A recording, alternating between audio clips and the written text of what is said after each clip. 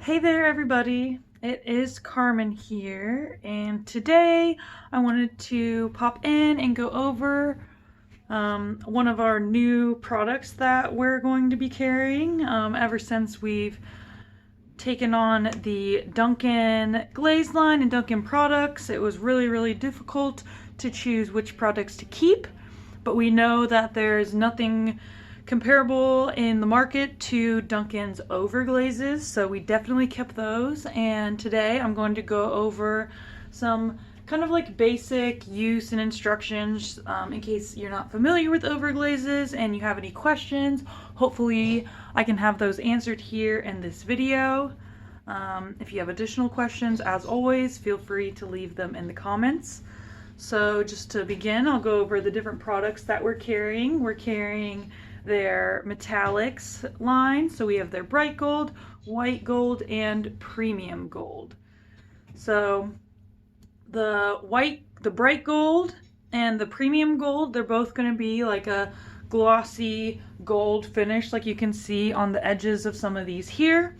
The premium gold will be the one that has more gold content, so that's actually going to be the brighter one, actually despite the name, but the premium gold's supposed to be brighter and shinier. The bright gold will be a little bit more dull compared to the premium gold, but I don't know that you would really know a difference unless they were side by side. They're both a nice shiny gold finish. And then the white gold is going to be just like you would expect, a white gold finish, kind of looks like silver, as you can see on some of these samples that we have here.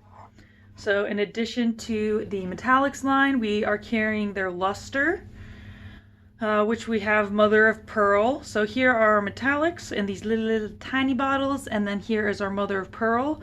Typically the lusters will be used kind of for more full finishes, and the metallics will be used for little highlights and complements. So that kind of explains why they're in different sizes. We're using the same manufacturer as Duncan and just offering these products to you guys, so nothing's going to change with the products themselves, the labels, or anything like that.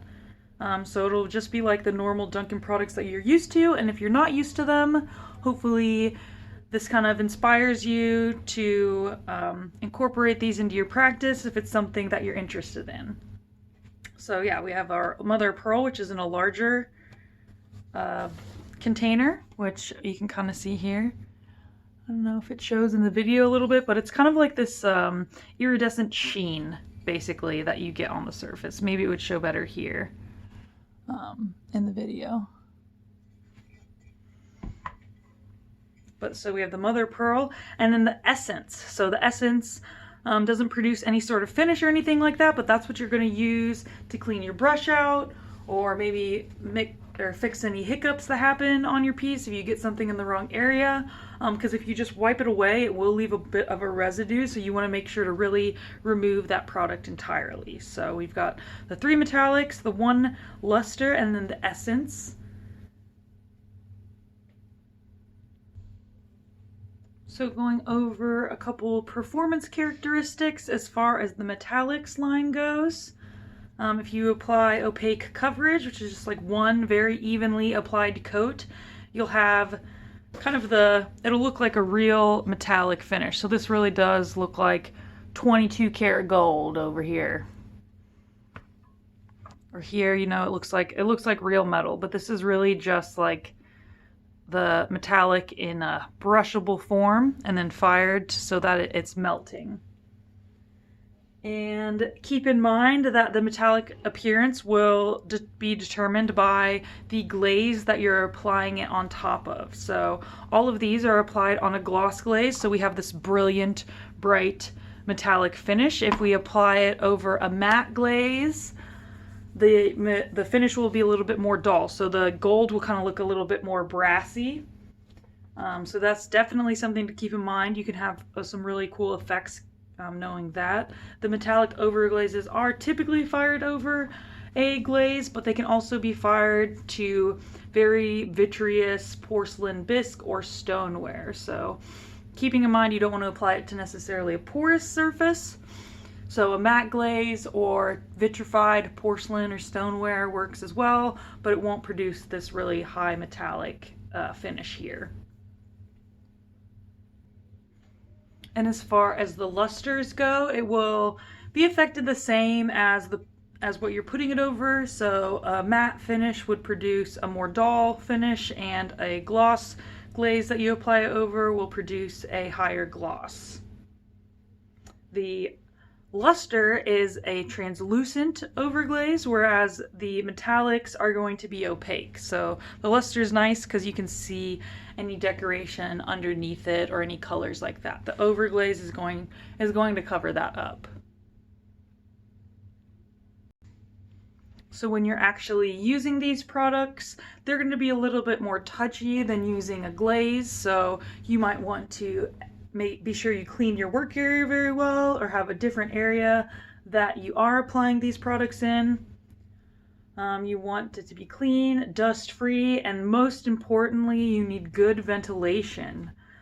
Even just me carrying this case in here, you can smell these overglazes, and when you're actually using them, it does get pretty overwhelming if you're just doing it in a room. So making sure you're in a big open space, having ventilation, fans going. Best case scenario, you're doing it outside. That's definitely a good place to be doing it. And being sure your hands are free of oils, lotion, or moisturizer. So be sure to wash your hands before, because like I said, these are a little bit more touchy than typical glazes. As far as brushes that you're going to be using, any soft hair brush will be good to produce good coverage. The most important thing is that you'll want to have a nice even application. So any brush that can help you produce an even application is good. You don't want it to be too stiff, or else it's going to be scraping the product off more than it's laying it on, which can produce a bit of a streaky finish.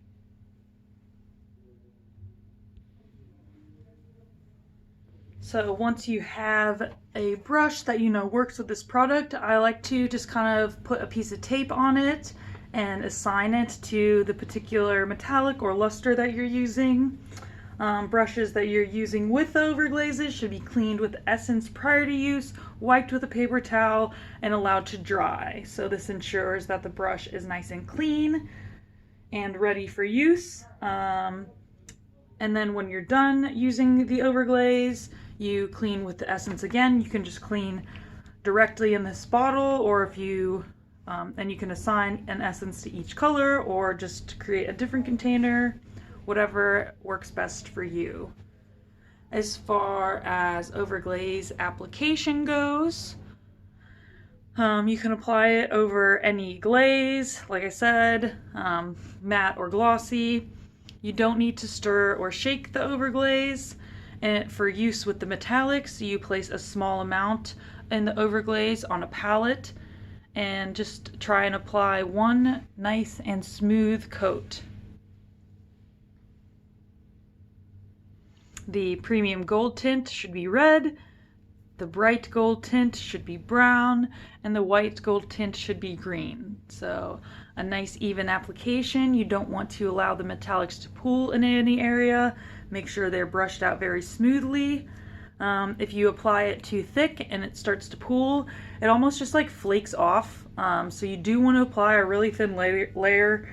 I'm used to just laying glaze onto a piece, so the overglazes were kind of a bit of a learning curve. And then once you have the metallic brushed out smoothly, just clean the brush and the essence and allow it to dry. As far as the luster overglaze application, it's very similar. You don't want to stir it. You place it on a palette, and then if you can actually achieve different finishes with this because it is transparent. So if you want a swirled look, you want to swirl one coat, overlapping the strokes, which is what was done on this side here. Again, I'm really not sure how much this shows in the video, but hopefully you can kind of see that this has a swirled texture. If you want it to be more even, then you're going to want to brush on all your strokes in the same direction. And then the correct application should produce a light blue tint. You don't want that to be too dark or anything like that. If you apply the overglazes in the wrong area, make sure you dip a cotton swab in the essence to wipe away the color. Just using a paper towel or cotton swab, just wiping it away without the essence will leave a residue, like I said previously. If you missed any areas, go back and touch it up before the overglaze dries.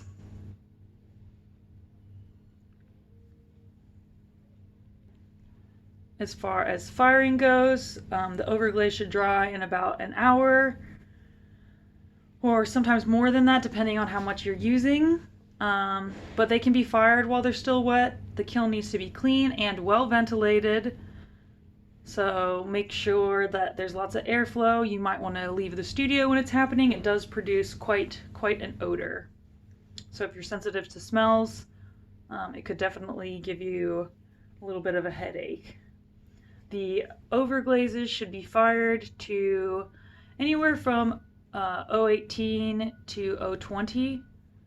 So the metallics, you'd want to fire 019 to 018. Lusters, you'd want to fire to 020. So that is really close. That's a really cool firing. It's not going to fire to 06, not going to fire to 04. Cone 6 will be way too hot. You'll fire away all the metallic in there.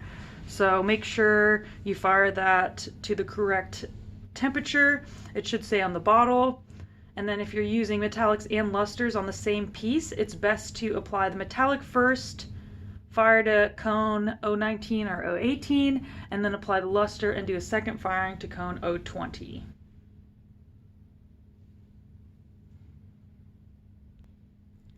As far as dinnerware safety goes, overglazes can be used on surfaces that come into contact with food and drink. Care must be taken to maintain the metallic and overglaze finish, because you can scrape it off if you're scrubbing really well with a scrubby pad. And treat your overglaze pieces like you would fine china. So although it will take repeated washings in a dishwasher, the overglaze will eventually wear away. So take caution when you're washing them, and to maintain it very well. And you should not put these in the microwave. This has real metal in it. It's not like any of our glazes that say they're metal. This is real metal. You don't want it to be in the microwave. So that's kind of just like the basic overview as to how to use these. I do have this little comparison here that I kind of want to go over.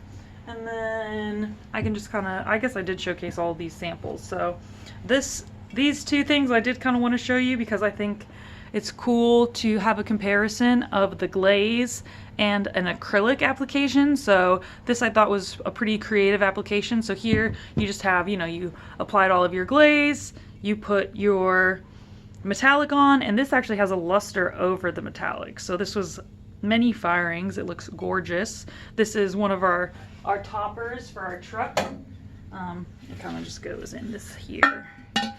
Oops, backwards. It goes in like that. Very cute. So you can have like a seasonal change for your different truck toppers. So this is a Christmas one, obviously.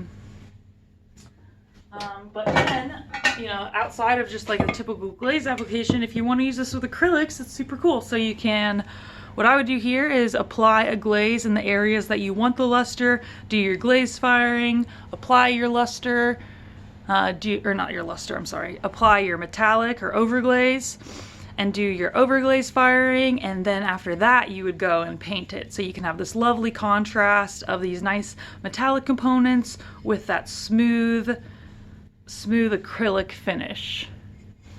So this is a fun little sample. I'll show it in the truck because I just think it's so cute.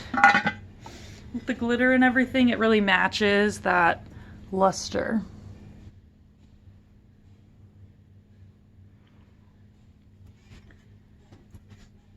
So I think that about covers it for a general overview of the overglazes. If you have any questions, please drop them in the comments. Like I said, we've kind of absorbed this Duncan line into our own, so I haven't had a massively extensive use of these. And so if you have any tips or tricks or find anything out cool, definitely drop it in the comments. I love to answer your questions, so please let us know if you have any. Thanks so much for tuning in today. We really appreciate your time.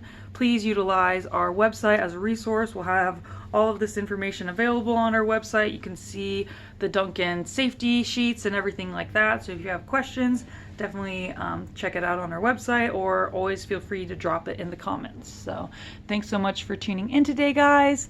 And as always, make it Mayco.